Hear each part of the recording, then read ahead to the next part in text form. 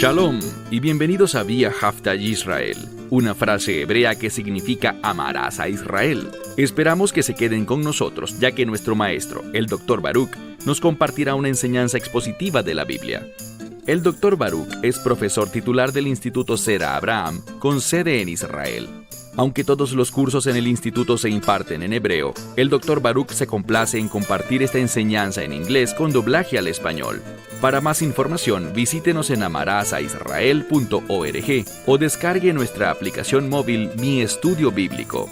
Aquí está Baruch y la lección de hoy. La verdad es muy importante para Dios. De hecho, no puedes agradar a Dios, no puedes experimentarle ni caminar con Él, a menos que estés caminando en su verdad. Hay una tradición muy interesante en los Estados Unidos. Cuando alguien va a testificar en un tribunal de la justicia, hace un juramento. Se le pide que diga la verdad, toda la verdad y nada más que la verdad. Y es que una verdad a medias, al final, no es verdad en lo absoluto. Muchos teólogos tienen mucha verdad, pero no tienen toda la verdad. ¿Y qué quiero decir? Bueno, hemos iniciado nuestro estudio de la profecía de Oseas. Si estás siguiendo una Biblia tradicional en español, estamos al final del capítulo 1. Si estás siguiendo una Biblia hebrea o una dirigida a la comunidad judía, estamos comenzando el capítulo 2. Lo que encontramos cuando terminamos nuestra primera sesión en esta profecía de Oseas es que Dios dirigió algunas palabras muy duras a los hijos de Israel. Él dijo: no voy a tener misericordia de ustedes, y ustedes ya no son mi pueblo. Punto. Es la verdad. Dios dijo eso. Pero la pregunta que tenemos que hacernos es la siguiente: ¿es esa toda la verdad? Porque muchas personas han construido una teología creyendo que ese sería el estatus de Israel, su condición por toda la eternidad. Afirman que Dios dijo: hasta aquí, ya no son mi pueblo, no les tendré misericordia, fin de la historia. Pero el problema es que, cuando leemos toda la verdad de Dios, encontramos que eso no es realmente lo que revela la Biblia. Así que dicho esto, toma tu Biblia y ve conmigo a los 2 últimos versículos del capítulo 1 en tu Biblia, o el primer verso del capítulo 2 en la Biblia hebrea. Y acontecerá que el número de los hijos de Israel será como la arena del mar, que no se puede medir y que no se puede contar. Lo que vemos aquí es que Dios está haciendo una promesa. Recuerden el nombre de esta profecía: Oseas. Y ese nombre significa aquel que hace la salvación. Y aunque tenemos un pueblo que es rebelde, un pueblo que no ha actuado con fidelidad a la verdad de Dios ni a su llamado, que no ha respondido de manera apropiada, al punto en que Dios dijo: hasta aquí, ya no son mi pueblo, ya no les extenderé mi misericordia ni mi perdón. Pero si seguimos leyendo, veremos la naturaleza de Dios. Veremos el resultado, y esto es muy importante, veremos el resultado de tener una relación de pacto con Dios. Así que mira de nuevo, dice: y acontecerá que el número de los hijos de Israel, y presten atención a esta palabra hijos, es literalmente la palabra benei, hijos varones. ¿Por qué aparece esta palabra aquí? Porque el término ben, en hebreo, también puede conllevar el significado de uno que hereda. Así que esta es una profecía para los últimos días. Lo confirmaremos en unos minutos. Lo que vemos es que, aunque Dios enviará a ese reino del norte, esas 10 tribus, al exilio, y por cierto, ese exilio ni siquiera ha terminado en nuestros días, pero en los últimos días podemos esperar una restauración. Así que una vez más, Él dice que los hijos de Israel van a ser grandes en número, como la arena que está sobre la orilla del mar, que no se puede medir ni se puede contar, porque acontecerá que en el lugar donde se les dijo: ustedes no son mi pueblo, se les dirá, noten lo que dice en la última parte del versículo, se les dirá a ellos, ustedes son hijos del Dios viviente. Esa es una definición y terminología importante para Dios. No solo Dios, sino el Dios viviente. ¿Por qué lo dice así? Bueno, si consultas con algunos de los principales rabinos, te dirán que es porque este Dios es el Dios que da vida. Este Dios es el Dios que es capaz de resucitar. ¿Por qué eso es importante?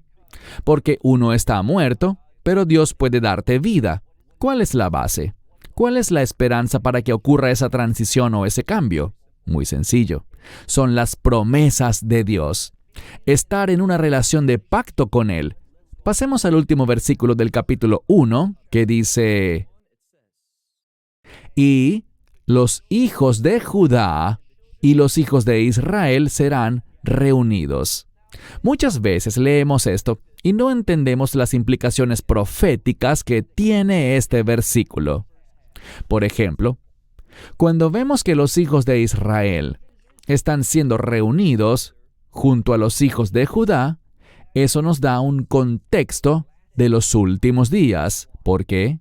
Bueno, como hablamos en nuestra primera sesión, Dios hizo una promesa profética. Uno de los mejores lugares donde vemos eso es en el libro de Ezequiel, capítulos 36 y 37. Allí vemos esa tendencia que Dios tiene de tomar lo que está muerto y darle vida, tomar lo que está separado y volverlo a unir. Y sabemos algo. Recuerden que mencionamos ese nuevo pacto. Un nuevo pacto que es un pacto de vida. Hablamos en un estudio anterior que la palabra Hadash, nuevo, en el lenguaje bíblico, también está relacionada de manera especial con el reino de Dios. Y por lo tanto, lo que Dios dice aquí es, yo voy a darles un pacto, un nuevo pacto, un pacto de reino. Él los hará nuevos. ¿De quién está hablando? Bueno, ese nuevo pacto ha sido dado de manera única a los hijos de Judá y a los hijos de Israel. Hemos mencionado que este libro de Oseas, en su mayor parte, tiene que ver con el reino del norte, el reino de Israel. Por lo tanto, cada vez que se mencionan los hijos de Judá, eso tiene gran importancia. Frecuentemente nos da un contexto de los últimos días. Así que mira de nuevo el verso 2. Esta es una promesa. Si queremos que venga el reino de Dios, ese reino donde no habrá muerte, ni dolor, ni sufrimiento, ni lágrimas, entonces vamos a estar orando y vamos a estar atentos de lo que tiene que suceder proféticamente. Dios cumple su verdad profética. De hecho, el testimonio profético revela el carácter del Mesías Yeshua. Entonces, ¿qué sucederá en los últimos días? Mira el versículo 2, dice verso 2 en hebreo, que es el último del capítulo 1 en español. Y los hijos de Judá y los hijos de Israel serán reunidos. Pondré para ellos, o haré para ellos, noten lo que dice, Rosh Echad. Ese término Rosh en hebreo significa cabeza, pero puede significar cabeza en el sentido del liderazgo, jefatura, la persona que está a la cabeza sobre todos los demás. La palabra Echad o uno se relaciona de manera especial con Dios. Así que Dios les dará un líder piadoso. Y quiero subrayar que casi todos los comentaristas que miran este versículo lo ven relacionado con el Mesías. Entonces, esta sección de la Escritura comienza con esta esperanza. Ese que no es mi pueblo, será mi pueblo. De ese de quien afirmé que no tendré misericordia, tendré misericordia. A aquel que he arrojado al exilio lo reuniré de vuelta. ¿Quién hará esto? ¿Quién es la causa de que todas estas cosas buenas sucedan? La respuesta es un líder. ¿Quién será? El contexto son los últimos días, por lo que estamos hablando del Mesías, el Mesías Yeshua. Noten qué más dice. Al final de este versículo dice, y ellos subirán de la tierra. ¿A qué se refiere esto? A que de todos los lugares donde el pueblo judío ha sido dispersado, Dios los reunirá y ellos subirán de todos esos lugares y regresarán a la tierra de Israel. Una vez más, final del verso. Y ellos subirán de la tierra porque grande es el día de Jezreel. Este es el contexto. Ya hemos establecido que estos versículos, los últimos 2 versículos del capítulo 1, tienen un contexto de los últimos días. Si yo te dijera cuál es uno de los lugares más importantes, bíblicamente hablando, proféticamente hablando, en relación con los últimos días, tienes que responder Jezreel. ¿Cómo se le conoce también? Como el Valle del Juicio de Dios. ¿Y cuál es otro de sus nombres? Armagedón. Lo que Dios está diciendo es, grande será el día de Jezreel. ¿Qué sucederá ese día? Castigo para los enemigos de los hijos de Israel. Aquellos que se levantan en oposición a los propósitos y planes de Dios, pero habrá restauración, redención, victoria, salvación para su pueblo de pacto. Si eres sabio, si tienes una mentalidad de reino, si comprendes las cosas que los profetas dicen que deben suceder para que venga el reino, entenderás que esto es fundamental, la restauración de los hijos de Israel. Bien, avancemos con el capítulo 2, versículo 1 en español o capítulo 2, verso 3 en hebreo. Aquí, después de revelar esta buena profecía, estas buenas noticias sobre la redención, restauración y salvación de Israel, él regresa a los días de Oseas y Gomer, con esos 3 hijos que les nacieron. Él regresa a ese simbolismo usando esta familia para comunicar su mensaje. Y noten lo que dice. Leamos el versículo 1 en español. Díganle a sus hermanos, a mí, pueblo mío. Y díganle a sus hermanas, Ruhamá, que significa misericordia. ¿Qué es lo que está prometiendo? Está prometiendo que aquellos que no eran su pueblo, serán su pueblo, como dice aquí, a mí, pueblo mío. Y luego revela cómo sucederá eso, y eso es con Rahamim o misericordia. Aquí hay una verdad bíblica muy importante.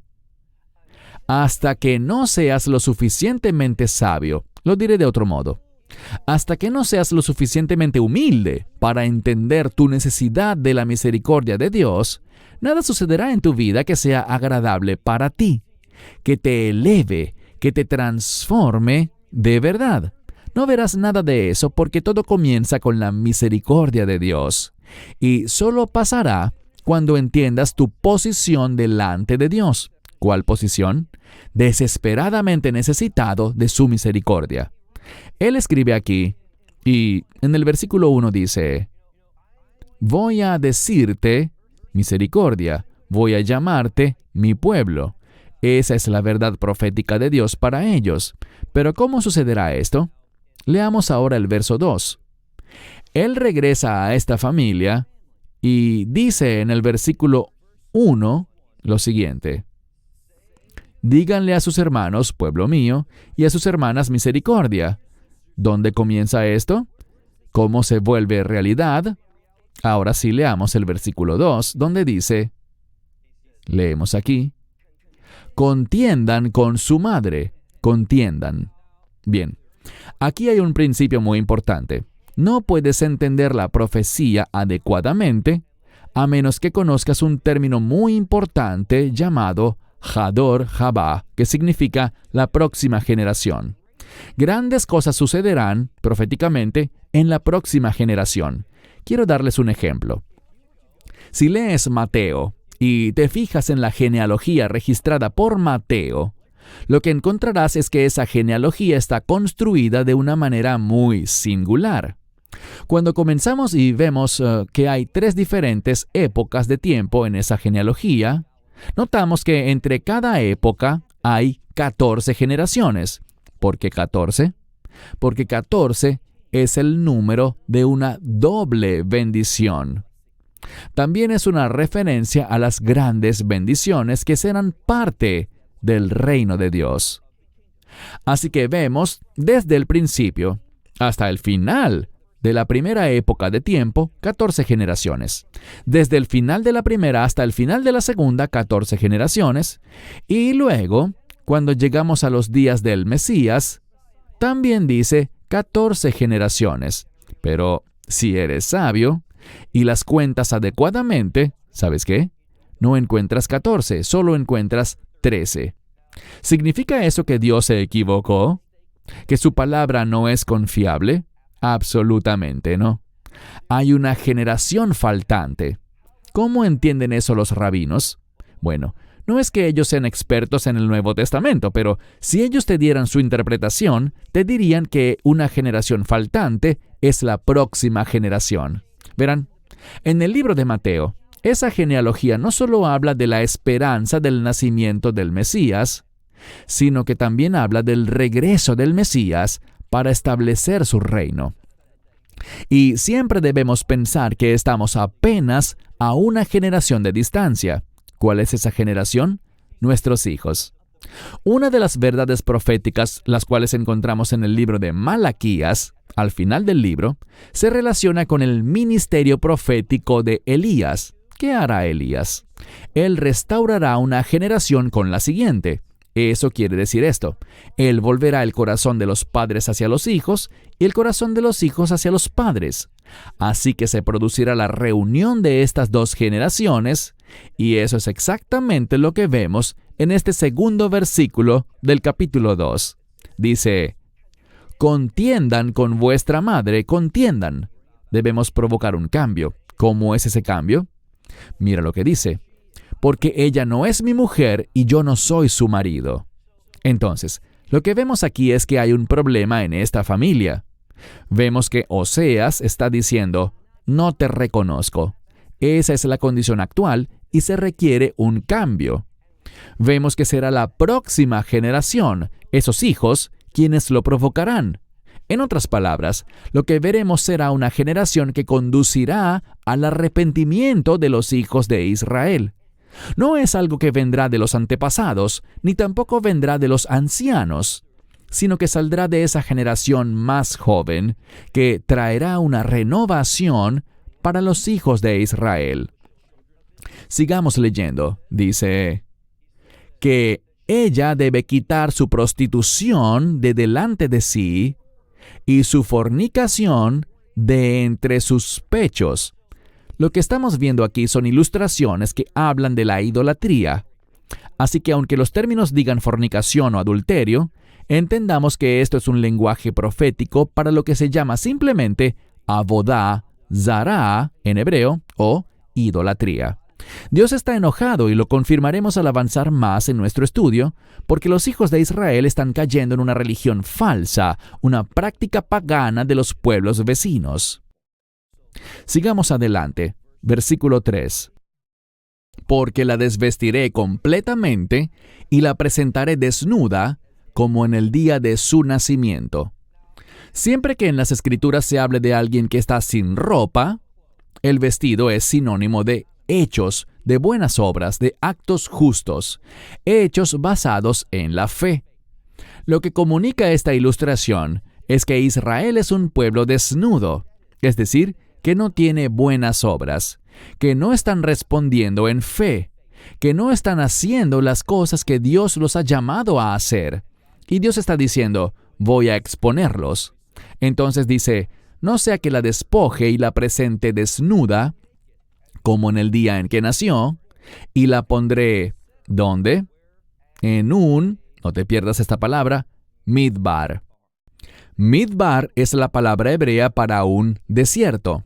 ¿Cuál es el punto de un desierto que hay allí? Una vez más, si le preguntáramos a cualquier rabino, él te diría que un midbar es un makom reik, es decir, un lugar vacío. La única forma en que alguien puede sobrevivir allí es a través de la provisión de Dios.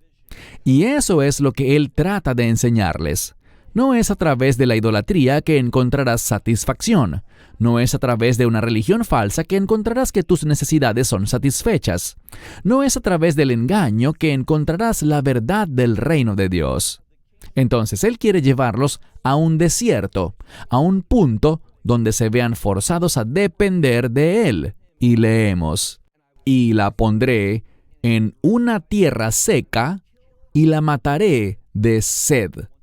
Una vez más, cuando se habla de sed, según los comentaristas, debemos pensar, por ejemplo, en lo que está escrito en el libro o en la profecía de Amós, sobre cómo en los últimos días habrá una sed, pero no literalmente de agua, sino de la palabra de Dios. Lo que está diciendo aquí es, voy a ponerte en un lugar de dependencia total, y la única forma en la que encontrarás cualquier tipo de satisfacción, el agua es sinónimo de gozo y satisfacción, ¿es a través de qué? A través de mi palabra. Vamos a ver, al avanzar hacia los capítulos 4, 5 y 6, el énfasis en la palabra de Dios como base para la renovación. Avancemos al versículo 4. Y de sus hijos no tendré misericordia, porque son hijos de fornicación. Versículo 5. Porque ella ha cometido prostitución con ellos, y por eso se ha avergonzado aquella que los concibió, porque dijo, iré tras mis amantes, porque ellos me han dado pan y agua, lana y lino, aceite y bebida. Bien, dos bebidas se mencionan aquí. La primera es agua, pero la segunda es una bebida que generalmente se asocia con celebración o regocijo. Así que no solo proveen mis necesidades, sino que también proveen para mi alegría, mi celebración. Pero aquí está el problema. Es una provisión falsa. Y ella piensa que esta idolatría, estos antiguos amantes, son los que proveen para ella. ¿Qué pasará entonces? Verso 6. Por lo tanto, y aquí vemos el mover de Dios, Él actuará de una manera que producirá que Israel entienda la verdad. Y Dios quiere, hagámoslo personal un momento, Dios quiere actuar de una forma que nos ponga en una situación que estemos en una posición en la que entendamos la verdadera condición en la que estamos. Entonces, ¿qué hará? Dice, por lo tanto, la colocaré, la encerraré con arbustos de espinos. La cercaré con una cerca y sus caminos no hallará. Verso 7. Por lo tanto, por esta necesidad y esta desesperación, en vez de volverse a Dios, ¿qué hace ella? Dice el verso 7. Y seguirá tras sus amantes, pero no los alcanzará. Los buscará, pero no los hallará. Y dirá, iré y volveré a mi primer marido. Bien, aquí está la clave. Ella está hablando de Oseas, pero el problema es este. Ella solo ve a este hombre como eso, como un simple hombre. Ella no entiende que este es el que actúa como el ejemplo profético de Dios para ella y para los hijos de Israel. Por eso ella dice, ¿sabes qué? Es mejor, aunque preferiría lo que recibiría con la idolatría, es mejor para mí que me vuelva con Oseas. Pero aquí está la clave. Ella dice que es mejor para mí que mi situación actual. ¿Pero qué dice Dios? Verso 8. Pero ella no sabe que fui yo quien le dio el grano, el vino nuevo, el aceite, la plata que multipliqué para ella y el oro. ¿Y qué hizo ella con todas esas cosas? Ella usó la plata y el oro, no para honrar a Dios, sino que dice, lo ofreció a Baal. Baal es una palabra importante para entender esta profecía. La palabra Baal, en hebreo moderno, igual que en hebreo antiguo, significa esposo. Pero el término Baal también puede ser el nombre de un dios falso. Así que hay un juego de palabras aquí. Ella no entiende que su esposo no es Baal, es decir, no es este dios falso. Entonces Dios va a moverse en su vida. De eso trata esta profecía. Se moverá en los hijos de Israel. ¿Y sabes qué? Se moverá en tu vida y en la mía para que entendamos de dónde proviene todo don bueno y perfecto. En el libro de Santiago se nos enseña que toda buena dádiva y todo don perfecto, todo lo agradable, todo lo que realmente satisface, es un regalo que desciende del cielo, de Dios. Y todo lo demás es una provisión falsa, una falsificación que proviene de otra fuente. ¿Qué fuente? El enemigo. Así que, una vez más, dice que ella, verso 8, ella no sabía que era yo quien le daba a ella ese grano, ese vino nuevo, ese aceite y ese dinero que le multipliqué. Eso es lo que significa la plata y ese oro, con el que hizo ¿qué? Se hizo un Baal, lo usó con fines de idolatría. Verso 9. Por tanto, regresaré, Dios se moverá. Tomaré mi grano a su tiempo y mi vino nuevo en el tiempo señalado. Tomaré de vuelta mi lana y mi lino, que les fueron dados para que cubriera su desnudez. Y ahora la expondré, y no te pierdas esta palabra. Muchas Biblias dirán, expondré su desnudez, o la expondré de manera repulsiva. Pero esta palabra, con mucha frecuencia en las Escrituras, se usa para definir un cadáver en descomposición. Algún animal, usualmente un animal no kosher, que está en el suelo, que tiene un hedor difícil de soportar. Esa es la palabra que se usa aquí. Y debemos preguntarnos, cuando Dios me ve, ¿qué ve Él? ¿Cómo percibe mis acciones y mi conducta? Bueno, con los hijos de Israel en este momento, Él estaba muy disgustado. Y la única solución es el arrepentimiento. Concluyendo, dice aquí, voy a exponerla de manera repulsiva ante los ojos de sus amantes, y ningún hombre podrá librarla de mis manos. Versículo 11. Dice aquí, porque haré cesar todo su gozo, todas sus fiestas, todas sus lunas, es decir, la fiesta de la luna nueva, sus sábados y todos sus tiempos señalados, todos sus tiempos sagrados, Él hará que terminen. La pregunta que debemos hacernos es muy simple. ¿Cómo está actuando Dios en mi vida? ¿Está Dios actuando para poner fin a todo lo que estoy haciendo? ¿O está Dios moviéndome y me estoy sometiendo a su dirección en mi vida para acercarme más y más a donde Él quiere que esté? Bueno, he llegado al final del estudio de hoy. Nos vemos la próxima semana para completar el capítulo 2 de Oseas. Esperamos que te hayas edificado con el mensaje de hoy y lo compartas con otros. Te invitamos a seguir nuestros estudios cada semana por este canal y por el portal de YouTube de Amarás a Israel. También puedes descargar nuestra aplicación móvil gratuita, Mi Estudio Bíblico. Finalmente, para obtener más información sobre nosotros, visita nuestra web amarasaisrael.org, donde encontrarás otras conferencias de Baruch en audio, video y texto. Hasta el próximo programa. Que el Señor te bendiga en Yeshua HaMashiach, Jesús el Mesías, mientras caminas con Él. Shalom desde Israel.